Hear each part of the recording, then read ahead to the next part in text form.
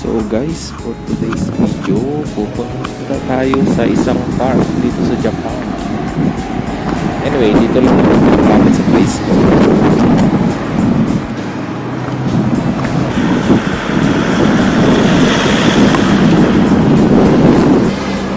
Ang gamit ko ngayon ay TromTrom. Ang TromTrom natin yan.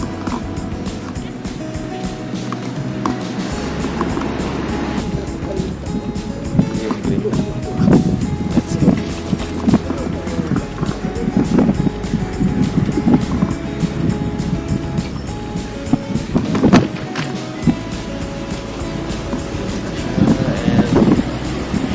Anyway, gusto ko lang i-share kung ano yung experience ko dito sa bago kong Brompton. Binili ko siya second hand sa Baichari. Nito ko lang nalaman 4 months ago ko lang nalaman yung regarding sa Brompton.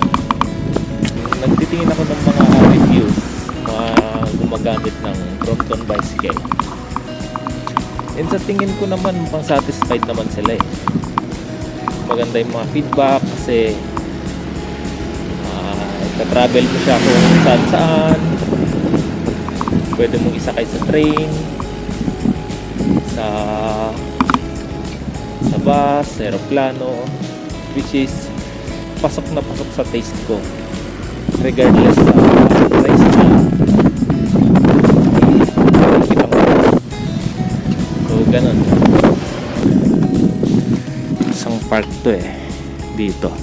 So dito tayo magre-review ang Brompton natin. So ang park na to ay Century Park tawagin. Maraming nakapark eh. Ito naman dyan. So pagkikita natin yung lugar. Yan.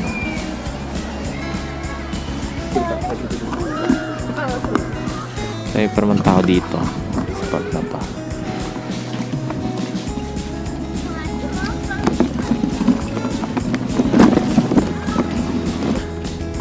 So ito magandang sakura tree to. Hindi pa siya nagbo-bloom pero malapit na. Pa-bloom na yan.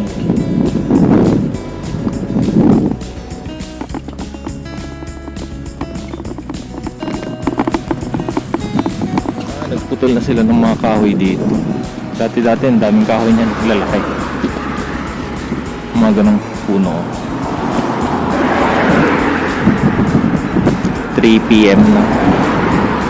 3:30 PM na. Yun. Daming tao. Pag summer dito marami din eh. Mga nagba-barbecue. Yan. Yan sabi dun sa comment. Ito daw yung pinakamagandang kulay. Ito na sabi niya. Then nung binili ko siya, meron na siyang kasamang bag. Ito. At isang bag na to. Kasama na rin yung rack. Ito. Gear 6 siya. Chainring. At binilan ko na rin siya ng ito. Kasi mahilig nga akong nagbabike ng malayo-layo.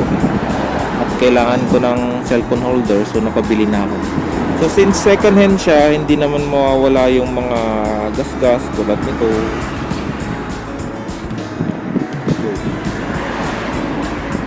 At galing ko lang din pala kanina sa bike shop at pina-register ko siya. Makinis pa naman. Pinalitan ko na rin siya ng easy wheel. Yung una kasi parang laspag na, kaya need ko ng palitan. Try natin sa iba.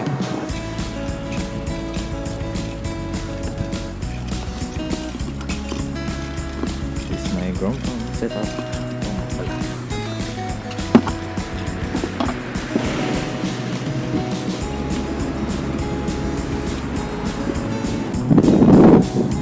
$5.11, so sakto lang talaga sa akin yung setup nito. Hindi ko na kailangan palitan nito. Planning mag-upgrade ng 54 teeth ito. So stock tire pa rin siya siguro. May Bronco nakalagay ito. Hindi ko alam kung anong